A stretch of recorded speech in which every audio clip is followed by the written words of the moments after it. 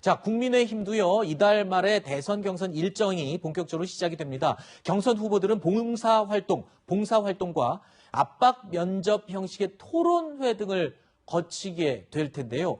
1차 컷오프는 다음 달 15일로, 그리고 8명의 예비 경선 진출자를 가릴 예정인데요. 자, 10월 8일에 2차 컷오프가 또 있습니다.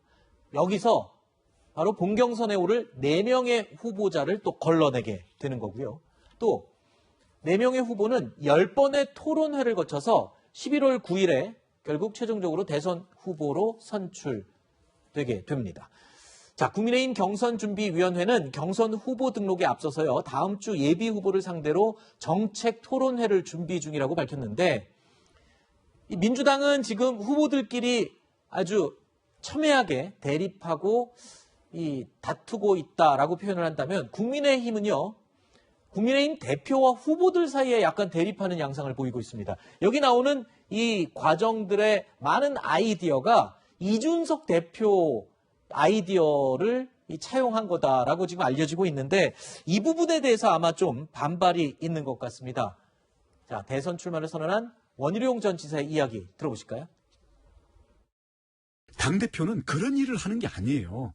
당대표는 민주당과 정권에 맞서서 전체적인 투쟁의 총지휘를 해주고, 그다음 당내의 문제들, 특히 경선에 시비가 걸린 거에 대해서는 절대 중립에 서야 됩니다.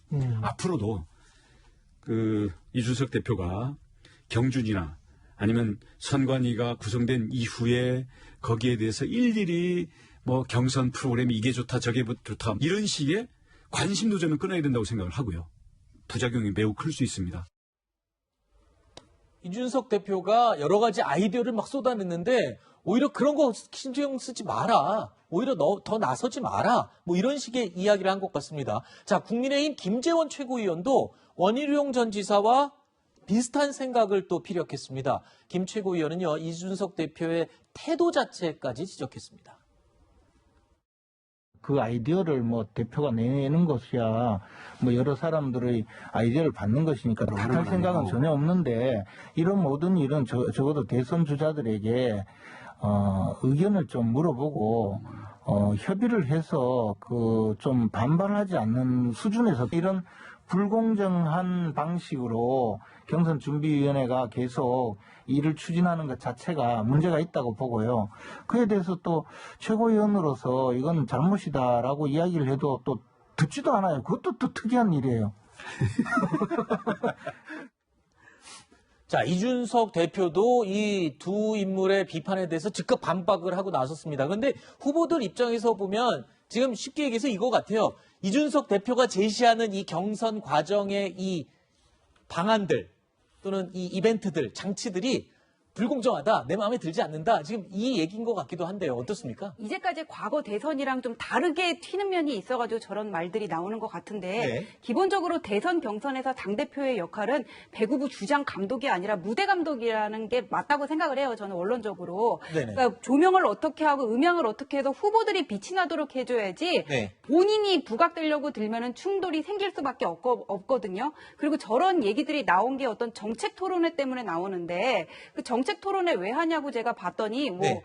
내공을 검증하고 흥행에 도움이 된다고 하는데, 평생 수학만 공부하던 사람 갑자기 불러다가 토익 시험 보겠다, 물어봐 I can speak 해봐 막 이렇게 얘기를 하면은 네. 제대로 대답할 수 있겠냐고요. 어차피 네. 대선은 3세판 아니에요. 한 번 시험 보는데 그때까지 잘 쌓여지면 되지, 왜 그 내공을 지금 만천하의 국민들 앞에 공개하겠다는 건지 잘 네. 모르고, 그다음에 흥행도 1위 주자 빠지면은 흥행에 과연 성공할 수 있을지 그 부분에 네. 대해서는 좀 의문입니다. 갈등만 표출할 것 같아요. 알겠습니다. 조금 진정하시고요.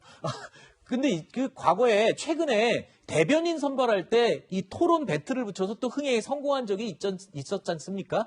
그래서 이번에도 정책 토론회를 준비를 또 한 게 아닌가 싶은 생각도 드는데, 근데 이 정책 토론회도 말이 많아요. 보니까 후보 13명이 참여를 하게 한다. 지금 이렇게 발표를 했는데, 근데 얼추 계산을 해봐도 후보 한 명당 2분씩만 얘기를 해도 지금 거의 30분이 지나가요. 근데 방송을 해보시면 아시겠지만 2분 얘기 정말 짧거든요. 뭐 얘기 좀 서론 얘기하다 보면 끝나는 게 2분이에요. 아시지 않습니까? 예. 그렇죠. 이 부분도 현실적으로 이게 과연 흥행을 할 수 있는 이벤트가 될 수 있을지도 좀 저희 입장에서는 궁금한 점도 있습니다. 저희도 이렇게 1시간 하는데 3명만 있어도 네. 조금만 더 얘기하면 우리 황순호 앵커 자르잖아요. 빨리 계속 자르라고. 짧게 하라고 뭐라고 짧게 하라고 말씀해 그러잖아요. 주시죠. 근데 이제 18일하고 25일 날, 그러니까 이 예비 등록한 후보들에 대해서 2번에 걸쳐서 이제 토론회를 한 번은 경제, 한 번은 사회 분야에 걸쳐서 하겠다고 하거든요.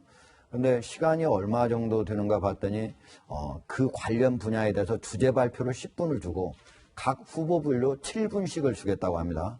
그러면 전체적으로 7분 주고 또 이제 보충, 마무리 이런 1분씩 주게 되면은 제가 계산해 보니까 대략 한 2시간 10분 정도, 130분 정도 되더라고요. 근데 그 동안 안에 자기 자신이 7분 안에 과연 얼마나 얘기를 할 수 있을까 쉽지 않을 것 같다 이런 생각이 들고요. 또 이제 문제는 뭐냐면 이게 선거관리위원회도 아니고 경선준비위원회잖아요. 네. 앞으로 등록을 30일, 7월 30일, 31일 하면은 토론이 10번이나 준비가 돼 있어요.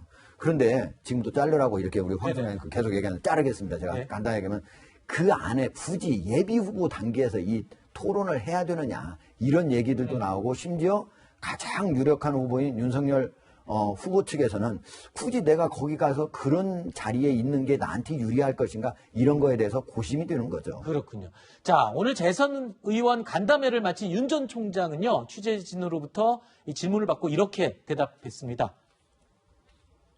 이준석 대표랑 갈등 양상이 자꾸 비춰지고 있는데 제 입장에서는 갈등할 아무런 이유가 없고 그동안도 잘 소통을 해왔고 그러고 지금 있기 때문에 그렇게 비춰지는 것이 저로서는 사실은 좀 이해가 안 됩니다. 그런데 이제 그런 거를 좀 해소할 만한 그런 또 어떤 뭐가 필요하면은 적극적인 검토를 좀 해보겠습니다. 불쾌한 심정을 드러내셨다라는 보도도 있는데 그거는 소설 아닙니까? 추측이고 객관적인 무슨 사실관계 없이 그냥 나오는 것 같은데. 윤 전 총장은요, 최근에 이 정책이나 공약이 없다는 공격을 받아오기도 했었죠.